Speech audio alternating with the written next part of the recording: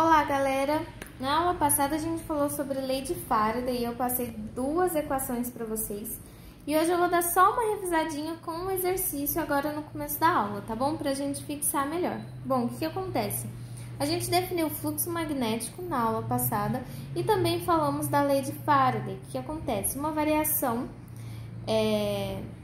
no fluxo magnético gera, então, uma FEM induzida. O que é isso? Uma corrente, certo? Induzida.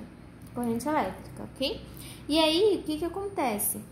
Esse fluxo magnético, ele vai depender do campo magnético, da área que a gente vai ter, então, da espira, de qualquer condutor, certo?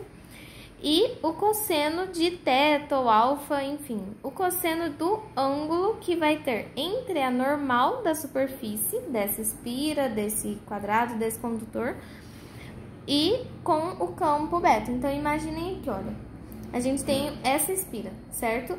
A normal, gente, ela é como se fosse uma setinha saindo daqui, dessa superfície, tá bom? Então, vamos lá.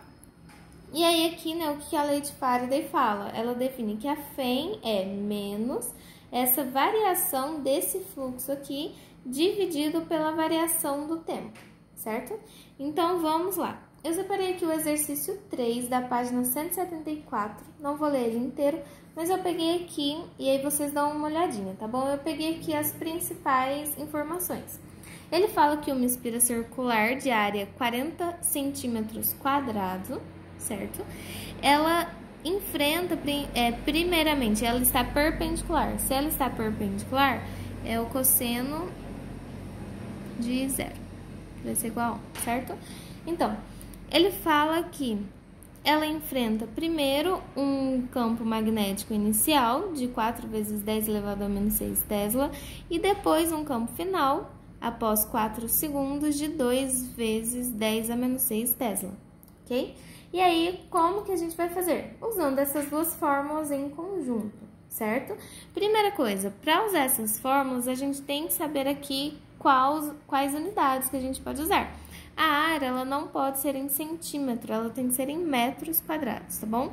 Então, aqui a gente já tem que transformar, o tempo tá certo, é em segundos, e o vetor campo magnético é em Tesla, tá ok, certo? Então, vamos começar. Primeira coisa, então, para a área, a gente tem que a área vai ser 40 vezes esse Czinho aqui, ele vale 10 a menos 2 metros quadrados, só que como que é metros quadrados, é 10 a menos 2 ao quadrado, certo? Então, a área vai ser igual a 40 vezes 10 a menos 4 metros quadrados, ok? E aí, substituindo tudo, olha, eu já deixei a fórmula do jeito que a gente vai usar. Cosseno de zero é 1, ok? Então, como que a gente vai fazer? A gente tem aqui a nossa FEM induzida vai ser igual a menos a nossa área. 40 vezes 10 elevado a menos 4 vezes... E aí, aqui a gente coloca a variação do vetor campo magnético. E aí, sempre, gente, quando a gente fala em delta, a gente fala de final menos inicial, tá bom? Então, vai ficar como 2 vezes 10 elevado a menos 6 menos 4 vezes 10 elevado a menos 6, dividido pela variação do tempo. Aqui ele já dá a variação completa. Se ele podia falar que era no tempo 5 e depois no tempo 1, por exemplo, né? E aí, a gente teria que fazer a diferença, mas não, aqui ele já falou que é 4, certo? E aí, fazendo essa continha aqui, a gente chega aqui. Ó, notem que aqui vai ficar um valor negativo, certo? Que vai ser um menos 2. Com esse menos aqui, a gente tem um valor positivo.